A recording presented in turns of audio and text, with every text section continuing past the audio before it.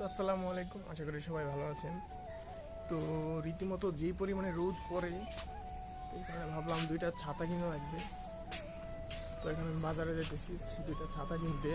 দুইটা ছাতা কিনবো। আর এখানে আমাদের মুরগির বাচ্চা ফুটছিল, এই যে দেখেন দেখেন আমার দেখে আমার এদিকে এসে পড়ছে।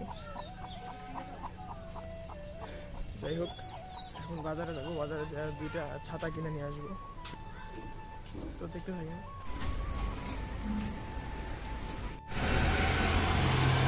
এখন বাজারে যাইতেছি দুইটা ছাতা কেনার জন্য। দেখা যাক দাম দর করে কততে পাওয়া যায়।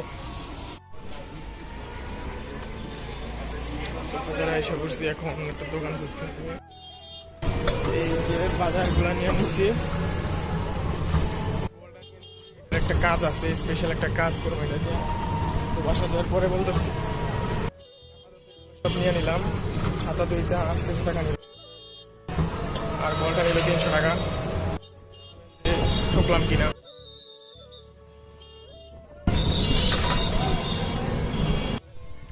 তো এই যেগুলাই মূলত কিনে আনলাম এখন। তো দুইটা তো ছাতা সাধারণ, এটা বুঝতে পারছেন। এই জায়গায় দুইটা গ্লু স্টিকও কিনে আনছি। তো অনেকে ভাবতে পারেন যে এটা আমি কেন কিনলাম, এই যে বলটা। এখন যারা মানে লাইট সেট আপ সম্পর্কে ধারণা রাখেন তারা বুঝতে পারবেন যে একটা লাইট সেট আপের দাম কত বেশি। তো আমি ভাবলাম কেননা বাসায় বানানো যাক একটা লাইট সেট আপ। যদি ওই বলটার এই গ্লসি পার্টটা অনেক মানে উজ্জ্বল, তো এই জায়গা থেকে লাইটটা খুব সহজে রিফ্লেক্ট করে সামনের দিকে পাঠিয়ে দেবে। তো এই কারণে মূলত এই বলটা নেওয়া। এই বলটা মূলত একটা রিফ্লেক্টর হিসেবে কাজ করবে। এক একটা সফট বক্সের যা দাম, এক একটা 19,000 মানে 1900 বা 2000 এরকম মিনিমাম। তো ওই দিক থেকে দেখলাম যে এরকম একটা যদি আমি বল কিনে নেই আর এটার ভিতরে যদি একটা লাইট সেট আপ করে নেই, তাহলে একটা সফট বক্স তৈরি করা যায় খুব সহজে। দামও তেমন একটা পড়ে না। তো ওই চিন্তা ভাবনা থেকে মূলত এটা কিনলাম। তো এখন দেখি এটা দিয়ে কি একটা ইউটিউব ভিডিও বানানোর জন্য কি একটা লাইট সেট আপ আমি বানাতে পারবো কিনা। দেখা যাক, যদি বানানো যায় তাহলে তো আপনারা দেখতেই পাবেন। অনেকে হয়তো এরকম লাইট সেট আপ দিয়ে যারা শুরু করতেছেন ইউটিউব, তারা আমার মতো যারা আছে তারা খুব কম খরচে একটা ভালো লাইট সেট আপ তৈরি করতে পারবে। দেখা যাক, ওই ভিডিওগুলো আমি আপনাদেরকে দেব।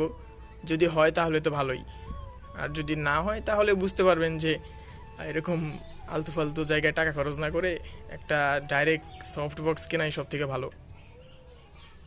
তো দেখবেন এরপরে আমি কোনো একটা ভিডিওতে আপনাদেরকে দেখাবো যে কীভাবে লাইট সেট আপ করতে হয় এইটা দিয়ে।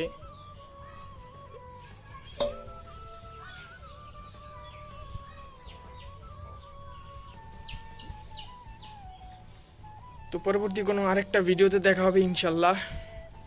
ভালো থাকবেন।